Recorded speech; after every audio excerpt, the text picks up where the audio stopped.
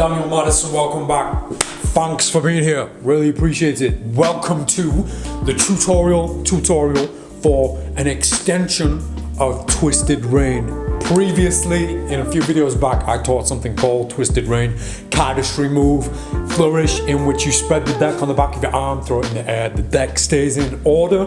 So at the end of the flourish, it's in the same order that it was when you started. This is a variation of that flourish, of that cardistry move, where instead of spreading the cards across the back of your arm, you're gonna split them into 3 piles, throw those piles in the air, and then catch them all and end looking like a boss. So we're gonna use the Madison Strangers for this. I won't talk about them, typical. And this is what the flourish looks like.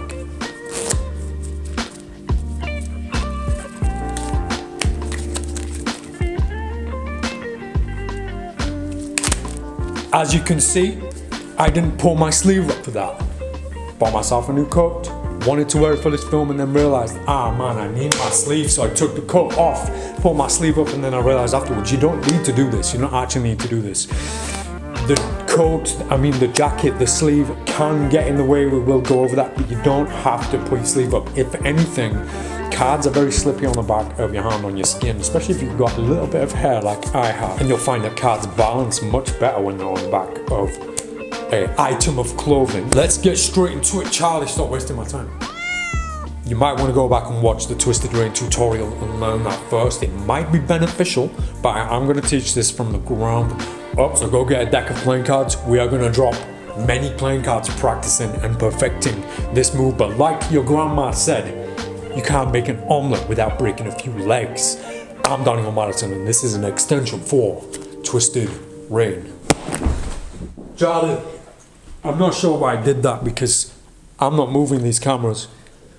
So we're going to hold the deck with the thumb right at the very back, finger 3 at the end here, finger 2 on top, and finger 1 is going to cut this deck in half. We're going to cut more than half of the deck for the top packet. This will help us. This will very much help us later on in the flourish. So finger 1 goes over the end like this, pulls that deck more than half. I've only got a few more than half of the playing cards, but that's plenty, as long as we don't have less than this. Finger 1 extends, causing that packet to go beyond finger 2. So it kind of pops over the edge of finger 2, as you can see. Now I'm going to pull this packet backwards. It's pivoting against my thumb backwards, so that this corner presses against the knuckle of finger 2. This causes finger 1 to slide down to the very end of this packet. This is where we need it to be from the next part of this flourish. Finger 1 of the free hand is going to hit the back of that top packet, and it's going to break it in half. So aim for about half like this.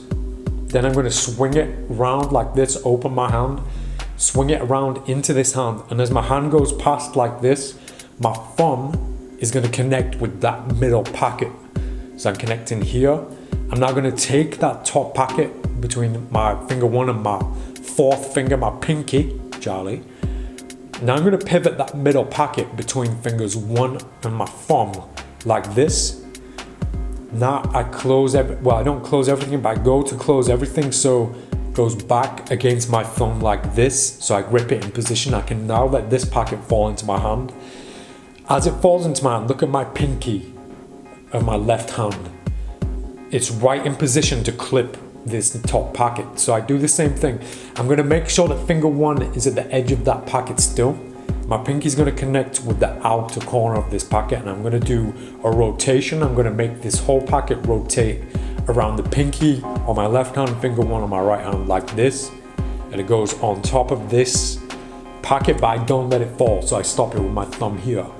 If we look at my right hand now, fingers 2 and 3 at the very bottom, my thumb is at the other end. Now I'm going to clip this packet, perfect for a one-handed fan, between finger 1, finger 4, my pinky like this. Let go with your thumb, execute a one-handed fan. The other hand, the left hand, is going to start, it's going to begin a revolution cut, which looks like this. So finger 1 and my thumb pivot that packet so that it goes beyond finger 3 like this. Finger 3 clips on the side, so it's now clipped between finger 1 and finger 3. That rotation continues. finger one pulls underneath this packet, almost completing the cut. The thumb, I was going to say the thumb. The Thanos goes inside like this, stopping that packet from closing, balancing this top packet on top of the fan. My left hand goes underneath the fan. I'm gonna chuck. I'm gonna throw this I'm gonna chuck this packet over so it does a complete flip, landing on top of this packet like this. For tips on that and for more conversation about that and more training on that, go to the Twisted Rain video. Look at the position of my hands now. The fan is going to close on the back of my left hand thumb like this, so it closes here. And then I'm going to do a thumb roll, so it goes around the front all the way over the top of the thumb like this. And instead of closing that thumb roll, I extend that bottom packet clipped between fingers 1, finger 2 like this. Turn my hand face down. Take this packet in my now right hand, empty hand. I fold this packet on top. This is when we start separating the packet into threes. Now, that whole sequence up until that point, we're not going to go over that again. If you want to learn that, I teach it in so much more detail in the Twisted Rain video. Go back and watch that. So full speed, that section all the way up until the cuts, the packet, all the way up until cutting the packets on the back of my arm. There is a right way of saying that. Looks like this. So I stop here. I'm going to stop here just to show you everything, and I will pull my sleeve up for this.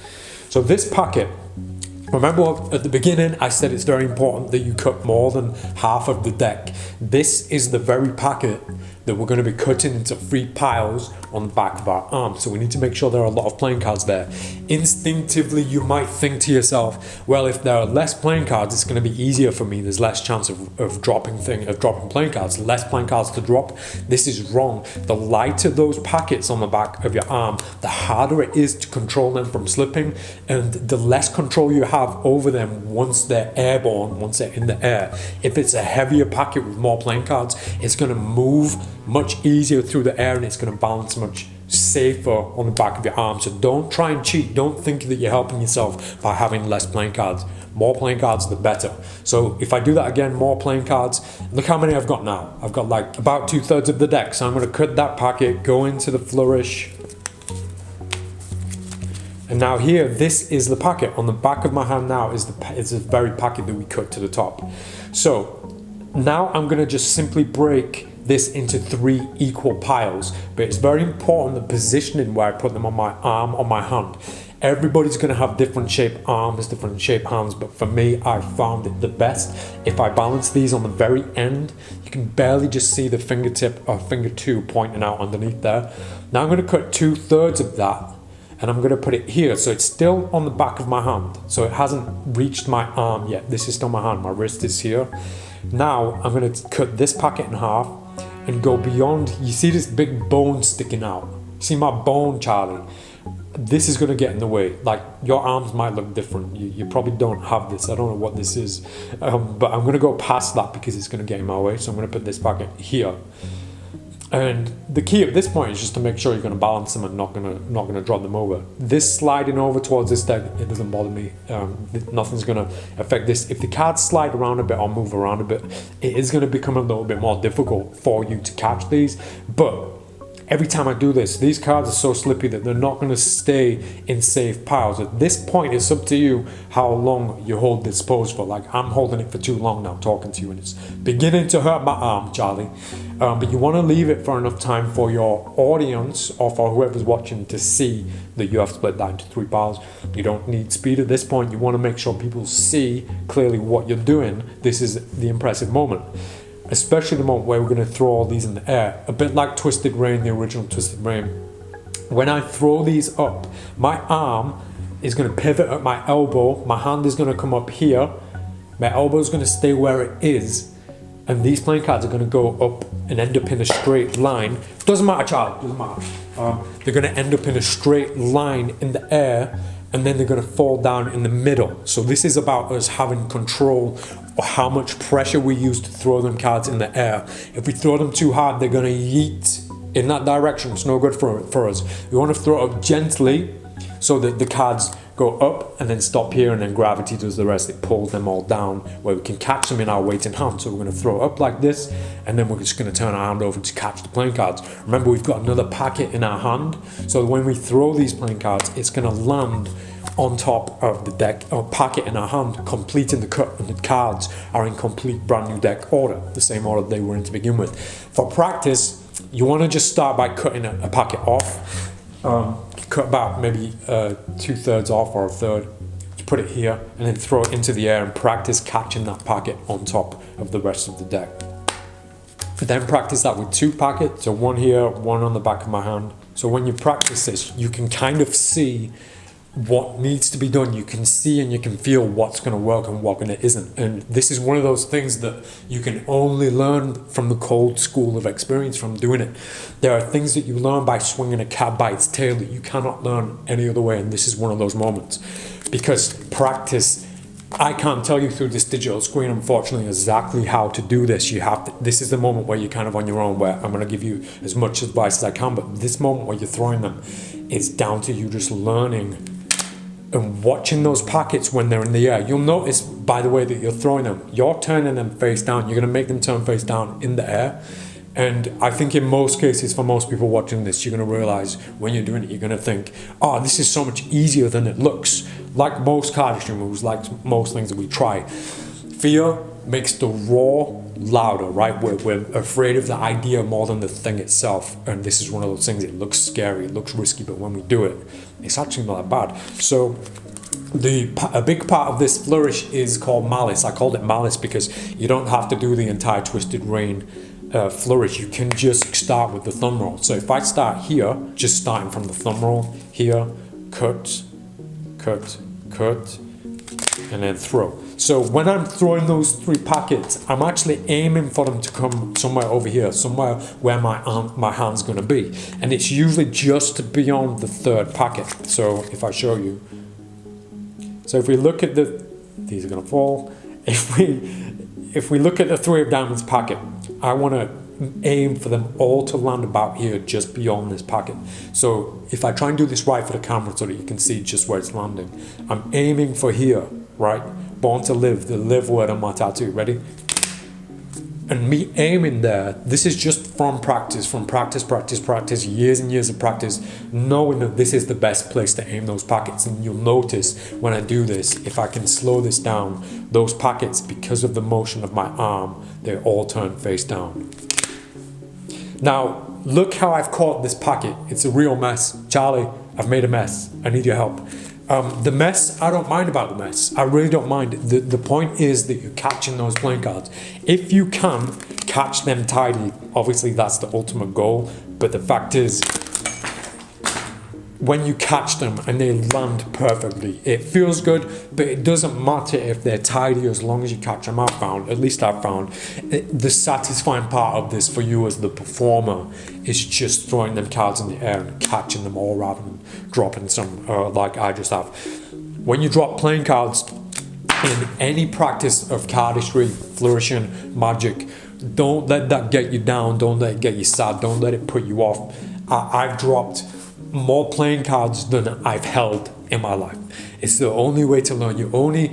Especially with cardistry and flourishing, you learn the more times you drop playing cards, you learn, and every single time you drop in playing cards, you learn. So if you ever meet somebody or come across somebody in magic or cardistry who says, oh yeah, I've never dropped any playing cards, then that person is a swear word. By all means, execute this flourish, this cardistry move with more than 3 packets on the back of your hand. I don't think it's necessary. Any more than 3, you're making it so much more difficult for yourself. And I don't find, at least this is my personal belief, I don't believe it looks any better for having 4 packets or 5 packets. It really doesn't. I think when I first taught this, I did it with 5 packets and it just looks a little bit too much. 3 packets, you can follow, and your audience can follow 3 packets in the air and they can see what's happening. They can pretty much clearly see those playing cards, those packets going up and turning face down and landing together. When there's 5 packets, it might as well be a spread deck of playing cards. I think what makes this beautiful to watch is the negative space between the packets rather than the packets themselves. And if you just make more and more piles, you lose that space. And although you might feel good about it when you catch 5 packets, it it just doesn't look as impressive when there's less space between those packets. There are some more variations of Twisted Rain, some more things that you can do with this, especially the malice part, the end on the back of your hand. But I'm not going to squeeze them into this video. I don't want to make this video too long or overwhelming. So I will be back. I will be back to teach some more extensions of Twisted Rain. There's a beautiful thing you can do with a sandwich where you throw the spread in the air and pull. You pluck out a playing card, a selected playing card, or you pluck out a sandwich playing card. We'll come back to them in a different video. So if you use this or any of my moves or anything that I teach online, just stick hashtag Daniel Madison on so that I can check them out, so I can see them, so I can show you some love. I'll be back. The next video, I promise, the next video is going to be the Mad Slingshot. I'm going to set up some sausages once again. I'm going to have another go. We're going to watch all the videos together, and I'm going to pick some winners so that I can send out some of those beautiful Madison YouTube playing cards to not just one lucky winner. I'm going to send a whole bunch out, because when you watch the videos, check out hashtag Mad Slingshot. There's some incredible entries, and I'm so entertained, so overwhelmed, so thankful that there's so many people took part, and you deserve to be rewarded. So I'll be back soon with some more Twisted Rain extensions and the Mad Slingshot. I am Daniel Madison. This was an extension of Twisted Rain with Madison Changes.